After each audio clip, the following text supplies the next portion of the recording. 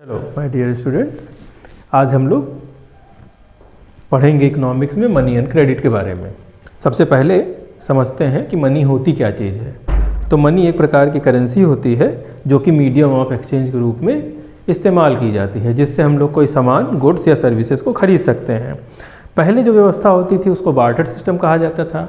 इसमें आपने कभी भी गाँव में देखा होगा कि लोग सामान खरीदते हैं, उसके बदले में अनाज वगैरह दे देते हैं, जैसे कि गेहूँ। तो गांव में देखा होगा कि बूढ़ी दादी को अगर बीड़ी खरीदनी है तो वहाँ पे जाकर के गेहूँ दे देती हैं और उससे फिर बीड़ी ले लेती हैं। तो इस तरह की व्यवस्था पहले चला करती थी, जिसके पास जो होता था वो दे देता था और अपने ज़रूरत की सामान को ले लेता था। तो ये इस तरह की व्यवस्था जो होती थी यहाँ पर बार्टर सिस्टम ये कहलाता है। तो ये समय जो था, ये जो है इसमें, मगर इसमें प्रॉब्लम यहाँ पे होती थी कि कभी उसने ज़्यादा ले लिया, कम ले लिया। तो मनी जो है एक प्रकार की जो करेंसी होती है, ये एक फॉर्मल स्ट्रक्चर प्रोवाइड करती है। मनी जो होती है बहुत सारे मीडियम बनते हैं। तो मनी है, मीडियम ऑफ एक्सचेंज है, और सबसे पहला काम करती है कि ये व्यापार के बीच में एक वैल्यू प्रोवाइड करती है कि यहाँ से जो बार्टर सिस्टम है वो समाप्त हो जाता है। हर करेंसी की एक वैल्यू होती है और उस करेंसी की वैल्यू जो होती है वो किसी गुड्स या सर्विसेज या गोल्ड के कंपैरिजन में उसको देखा जाता है कि आप कितनी मनी से कितना गोल्ड ले सकते हैं। इस तरह से उसको देखते हैं। तो इससे आप कोई भी सामान खरीद सकते हैं। अकाउंट जो यूनिट होती है, मनी जो होती है वो किसी भी चीज़ की जो एक प्राइस होती है, वो जो प्राइस होगी उसी कीमत पे आपको सामान मिलेगा। वो अगर मान लीजिए कि आप कोई वैल्यूएबल गुड खरीदते जा रहे हैं तो उसकी कीमत ज़्यादा होगी, या कोई आप लो क्वालिटी गुड खरीदने जा रहे हैं या छोटा मोटा कोई सामान खरीदने जा रहे हैं तो उसकी जो वैल्यू होगी वो कम होगी।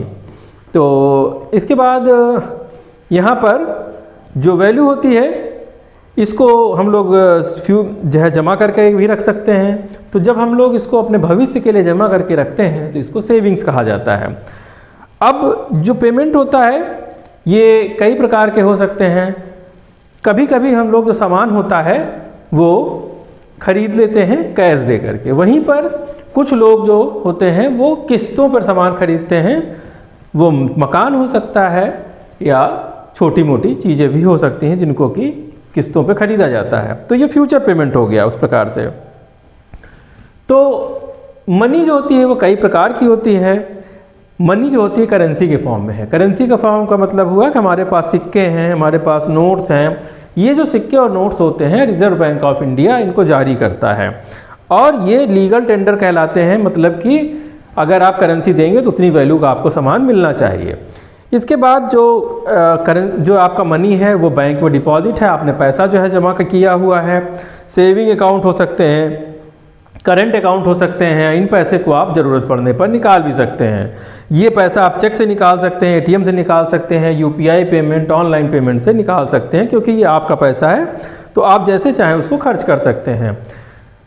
इसके बाद क्रेडिट का मतलब होता है जो पैसा होता है वो उधार लेना।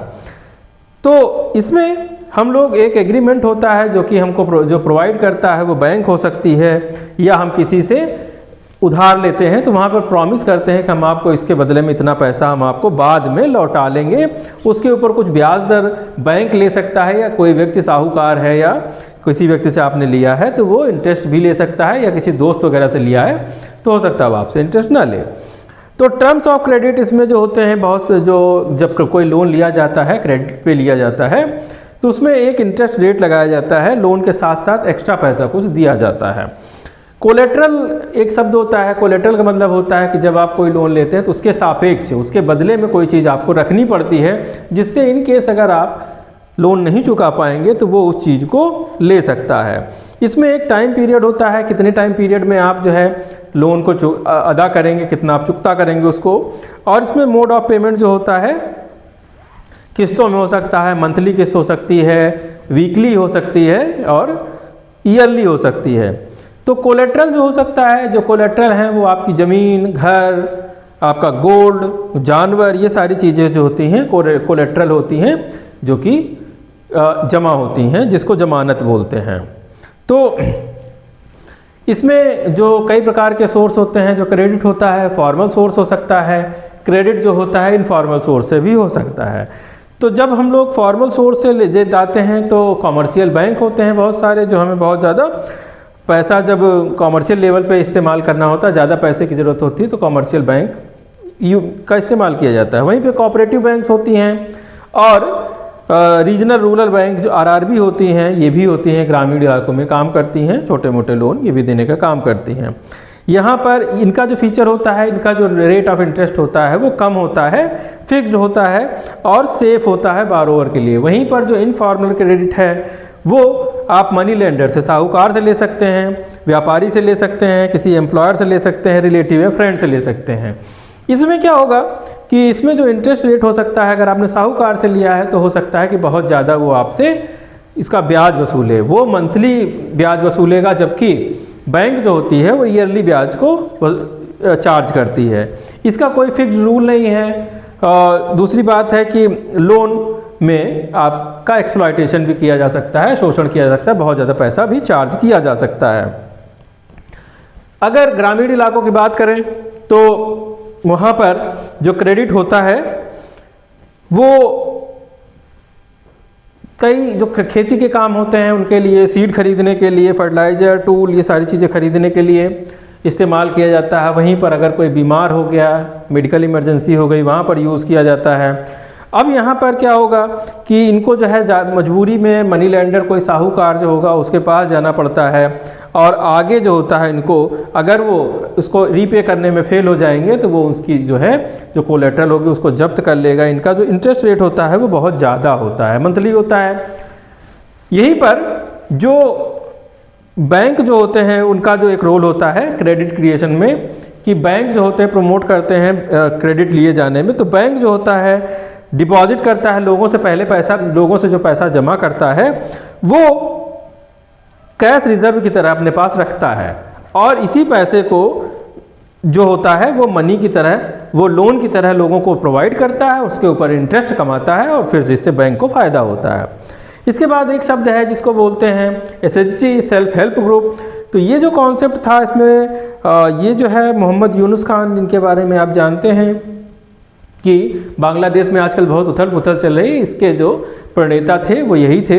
और उन्होंने देखा कि कुछ महिलाएं थी जो आपस में जो है एक समूह बना रही थी, बना के बातें कर रही थी। तो उनसे उन्होंने बात की तो उनको एक बात समझ में आई कि अगर इन महिलाओं को आपस में एक दूसरे की जिम्मेदारी अगर ये ले लें, तो इनको अगर कुछ पैसा दे दिया जाए तो ये एक दूसरे के ऊपर दबाव दे करके पैसा वापस करा सकती हैं। यहाँ से सेल्फ हेल्प ग्रुप का कॉन्सेप्ट शुरू होता है, और अब 15 से लेकर 20 महिलाओं तक के ग्रुप जो होते हैं एसएचजी में बनते हैं, और ये पूल में सेविंग करती हैं। इनको जो है लोन भी प्रोवाइड किया जाता है और बिना कोलेट्रल के इनको जो है पैसा दिया जाता है, जिसको छोटी छोटी किस्तों में, वीकली हो सकता है या 15 डेज़ की छोटी किस्तों में ये वापस कर देती हैं। इससे ये अपने छोटे मोटे काम, छोटी मोटी दुकान, व्यापार, जानवर खरीदना या छोटी मोटी जो है फेरी लगाने का काम, इस तरह के जो काम होते हैं वो कर सकती हैं। और इसमें चूंकि उनको डेली आमदनी होती है तो वीकली जो है थोड़ा थोड़ा पैसा ये जमा करके ये वापस कर देती हैं। यहाँ पर कोलेट्रल नहीं होता है, यहाँ पर जो कोलेट्रल होता है वो जो महिलाएं हैं उनकी जो उनकी जिम्मेदारी होती है कि वो बाकी महिलाओं से, वो बाकी महिलाओं की जिम्मेदारी होती है कि जिस महिला को पैसा दिया गया है उसके ऊपर उसको दबाव बना के उससे पैसा वापस कराएं।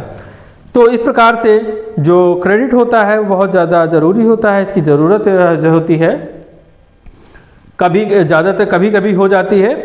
तो ये जो होता है इकोनॉमिक डेवलपमेंट में काम आता है जो लोन होता है, और ये जब फॉर्मल क्रेडिट होता है तो वो लोगों का एक्सप्लॉयटेशन रोकता है। एक फॉर्मल चैनल होता है, इंटरेस्ट रेट कम होता है, चीज़ें सभी फिक्स होती हैं और कोलेट्रल भी सिक्योर्ड रहता है अगर आप ठीक से रीपेमेंट करें तो। Thank you.